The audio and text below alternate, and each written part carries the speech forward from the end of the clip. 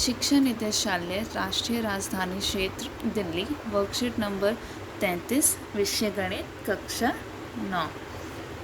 शुरू करने से पहले आप ऊपर अपना नाम, क्लास, कक्षा अध्यापक का नाम और डेट ज़रूर लिखेंगे। आज का हमारा टॉपिक है प्रायोगिक प्रायिकता। प्रायोगिक प्रायिकता प्रायिकता हमने लास्ट क्लास में पढ़ा था। प्रायिकता क्या होता है और आज हम पढ़ेंगे प्रायोगिक प्रायिकता क्या होती है। प्रायोगिक प्रायिकता क्या होती है? कोई भी जब कोई भी प्रयोग, बहुत सारे प्रयोग किए जाते हैं, उनकी प्रायिकता निकालना होता है प्रायोगिक प्रायिकता, या हम कह सकते हैं आनुभविक प्रायिकता। घटना E के घटने की प्रायोगिक प्रायिकता होती है अभिप्रयोगों की संख्या जिनमें घटना घटी है, कौन सी घटना घटी है, उसकी कितनी संख्या है, और बटे में आ जाएगा अभिप्रयोगों की कुल संख्या कितनी है, वो आ जाएगा बटे में।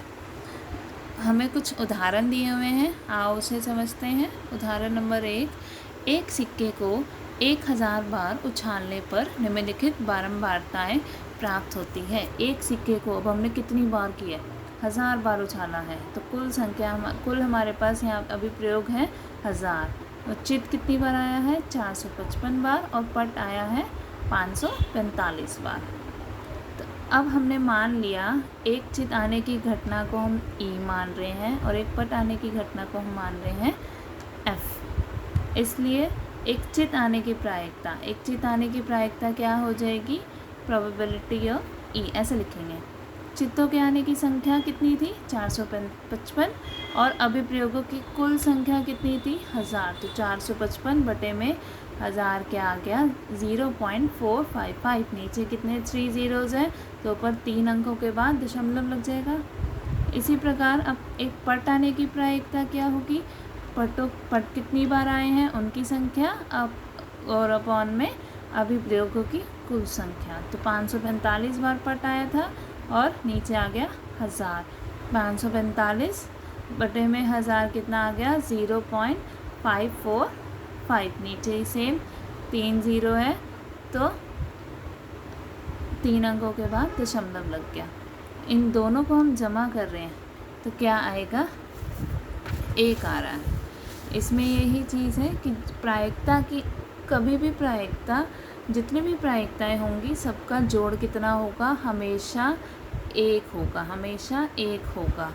और प्रायिकता की जो वैल्यू होगी वो या तो 0 होगी या फिर 1 हो सकती है, या उसके बीच में होगी। 0 और 1 के बीच में हो सकती है। कभी भी ना 0 से कम होगी ना ही 1 से ज़्यादा होगी। उदाहरण नंबर 2, एक पासे को 1000 बार फेंकने पर प्राप्त परिणाम 1, 2, 3, 4, 5 और 6 की बारंबारताएं नीचे सारणी में दी गई हैं। एक पासे को कितनी बार उछाला है? 1000 बार, और पासे पे 1, 2, 3, 4, 5, 6 होता है, तो 1 कितनी बार आया, 2 कितनी बार आया, वो सब उन्होंने यहाँ पे लिखा कि 1 कितनी बार आया है, 2, 3, 4, 5, 6 कितनी बार आया, वो सारा इन्होंने लिखा हुआ है यहाँ पे। अब हमें सबकी अलग अलग प्रायिकताएं निकालनी हैं। सबको यहाँ पे हम मान रहे हैं कि 1 की जो प्रायिकता है उसके लिए हम E1 ले रहे हैं, 2 की E2, 3, E3, 4 को E4, 5 को E5 और 6 को E6। अब प्रायिकता E1 आने की, मतलब 1 आने की बारंबारता कितनी है? 1 आने की बारंबारता बटे में अभिप्रयोगों की कुल संख्या। 1 कितनी बार आ रहा है? 179 बार, और कुल अभिप्रयोग कितने हैं? 1000। तो 179 बटे में 1000, ये आ गया 0.179। ऐसे ही 2 का निकाला, 3 का निकाला, 4 का, 5 का, 6 का, ये आ गया। और हम सबको जमा कर रहे हैं तो क्या आएगा हमारे पास? 1 आएगा। अभ्यास प्रश्न, 3 सिक्कों को एक साथ 200 बार उछाला गया है और इनमें विभिन्न परिणामों की बारंबारताएं निम्न हैं। 3 सिक्कों को 200 बार उछाला, तो उस पे एक चित कितनी बार आया है? 23 बार। 2 आया है 72 बार। 3 आया है 77 बार। कोई भी चित नहीं आया 28 बार। हमें क्या निकालना है? तीनों सिक्कों को पुनः एक साथ उछाला जाए तो 2 चित आने की प्रायिकता ज्ञात कीजिए। सिक्के पे 2 चित आए, उसकी प्रायिकता क्या होगी? 2 चित की कुल देखो कितने हैं? 72 है, 72, और कुल अभिप्रयोगों की संख्या क्या है? 200। तो 72/200 आ गया। ठीक है। अगर हम इसमें हम काट सकते हैं, अगर ऊपर नीचे कट रहा होता है तो हम काट सकते हैं इसमें। क्वेश्चन 2, एक विद्यार्थी द्वारा मासिक यूनिट परीक्षा में प्राप्त किए गए अंकों का प्रतिशत नीचे दिया गया है कि मासिक यूनिट परीक्षा पहली हुई, उसमें इतने नंबर, इतने अंक आए, दूसरे में इतने, तीसरे में इतने, चौथे में इतने, पाँचवें में इतने। इन आंकड़ों के आधार पर इस बात की प्रायिकता ज्ञात कीजिए कि वह विद्यार्थी 70% से अधिक अंक प्राप्त करता है।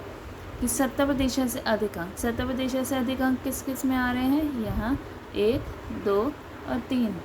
कुल यूनिट परीक्षा कितनी हुई है? 5। और कितनी बार उसके 70% से अधिक नंबर आए हैं? 3। तो इसकी प्रायिकता क्या हो जाएगी? 3 बटे में कुल कितना था? 5। 3/5 इसकी प्रायिकता हो जाएगी। ठीक है बच्चों।